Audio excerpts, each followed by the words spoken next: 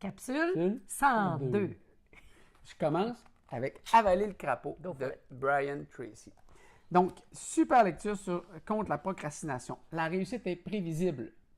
Alors, l'auteur nous dit que lui, longtemps, il a senti un manque de confiance parce qu'il n'avait pas été élevé dans un environnement où la réussite était quelque chose d'accessible.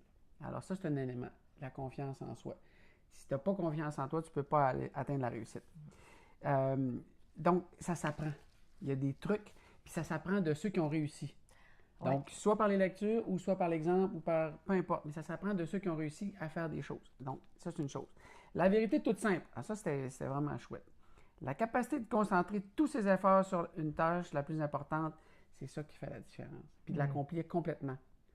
Souvent, on essaie d'en faire trop. Donc, là, il va nous parler des 21 moyens pour y arriver. C'est l'objet du livre. Améliorer son degré de rendement, sa performance et mieux réussir, c'est ça qu'il veut faire. Donc, c'est vraiment l'objectif du livre. Ça, c'est intéressant de le savoir. La clé du succès, pas compliqué, passer à l'action. Ouais. Donc, il insiste là-dessus. Écoute, j'y vais rapidement parce qu'il y a tellement d'éléments, ça vaut la peine d'être lu. Aujourd'hui, on est dépassé par le nombre de choses qu'il y a à faire. Ceux qui réussissent sont ceux qui développent, à coup de discipline et éventuellement d'habitude, le moyen de choisir les tâches importantes pour eux, professionnellement et personnellement. Sentir dépassé aujourd'hui, c'est normal. Et ça, c'est parfait. Il dit, vous ne pourrez jamais vous rattraper. Fait que si tu laisses une pile de revues sur le côté comme moi, dis, je vais le lire quand je vais avoir le temps, ça ne marche pas. On ne réussit jamais à se rattraper. C'est impossible. Tellement qu'il dit, l'important, c'est d'être sélectif. Donc, déterminer avant, c'est quoi les tâches les plus importantes. Prendre l'habitude de se fixer des objectifs. Et je termine avec sa première règle. Si vous devez avaler 2 crapauds, commencez par le plus laid des 2. Le plus laid, commencez par le plus laid des 2. Le plus dégueulasse. Puis commencez le matin. Il parle beaucoup du matin. OK. Il faut commencer comme ça. Super. Ben voilà. Bon. À suivre. Eh bien, moi, je vais rentrer dans le vif du sujet de Spark and Fly de Isabelle Paquette, qui sera bientôt en version française. Je vous tiendrai au courant. Alors, on avait les 5 piliers. Je commence avec le premier, qui est le corps. Donc, elle nous dit que les suppléments alimentaires, le corps, donc on est alimenté par l'alimentation, là, c'est comme ça qu'on vit, est une arme. Donc, elle dit qu'on n'a pas de problème dans les macronutriments, on mange. Notre problème, c'est d'aller chercher les micronutriments, donc les vitamines, les minéraux, etc. Et puis, donc, quand on n'a pas ces micronutriments-là, bien, notre corps ne peut pas fonctionner. Puis le problème dans l'industrie alimentaire en ce moment, c'est qu'ils mettent du sucre partout. Et plus tard, on va voir que les cellules cancéreuses se nourrissent de sucre. Alors, quand on voit des produits transformés qui sont écrits 100% naturels, on devrait peut-être se poser des questions. Alors, même ceux qui mangent toujours bio, nous, on mange pas mal tout bio, mais on n'a pas tous les nutriments qu'il nous faut pour toutes les questions, nos besoins. Oui, c'est ça. Donc, elle explique pourquoi. Il y a 19 le pourquoi qu'on a besoin de se supplémenter.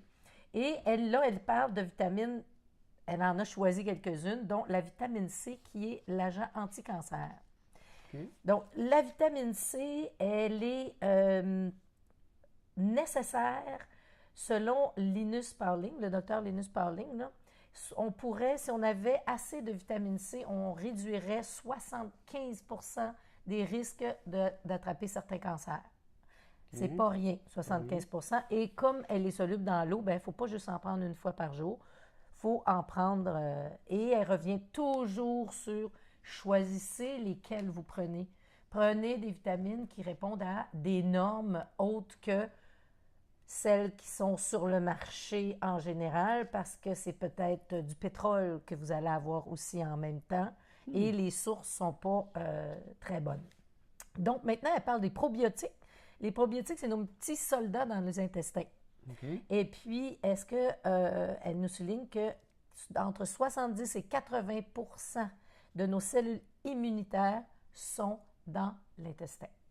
Donc, un petit supplément de probiotiques, ce serait très bien, mais ce qu'il y a sur le marché, encore une fois, ne passe pas souvent la barrière de l'estomac, la barrière acide de l'estomac pour se rendre jusqu'aux intestins. Donc, attention, on en rajoute dans le lait, dans les œufs, dans n'importe quoi, là, mais ils se rendent pas assez loin. Donc, puis on parle des probiotiques. On parle des probiotiques.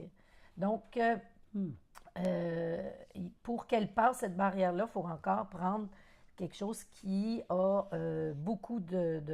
se soumet à beaucoup de normes pour avoir la puissance pour se rendre jusqu'aux intestins. L'autre chose, c'est il faudrait qu'on nage dans la vitamine le bioméga, l'oméga 3, lapsus ici, l'oméga 3, parce que l'oméga 6, on en a quand on mange correctement. De l'oméga 6, on peut en trouver, mais on est déséquilibré. Et le déséquilibre d'oméga 3 et 6, qui devrait être un ratio 1 pour 1, atteint souvent 30 et 40 pour 1.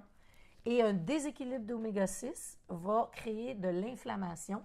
Et la plupart des inflammations amènent, presque toutes les maladies sont causées par de l'inflammation qui est chronique. Donc, encore une fois, là, il faut se trouver, il faut rajouter beaucoup d'oméga 3, des suppléments. Mais l'oméga 3, encore une fois, a souvent des métaux lourds. Donc, c'est très important qu'il y ait la certification qu'il n'y a pas de métaux lourds. Okay. Parce que ça vient souvent des poissons. Oui, et l'oméga 3, c'est beaucoup plus efficace quand ça vient des poissons que du végétal. Okay. C'est plus dur à absorber. Elle en parle plus loin. Et finalement, les suppléments sont pour elle, la plupart, c'est de la scrap. C'est en anglais, là, puis c'est écrit de même, là. Supplements are just scrap. C'est pas rassurant. Alors, c'est pas rassurant. Donc, c'est très important. Et ici, pour ne pas retrouver des métaux lourds ou du pétrole ou toutes sortes d'affaires pas possibles dedans, elle nous dit les questions à se poser quand on achète des suppléments. Mais il y en a une pleine page, là.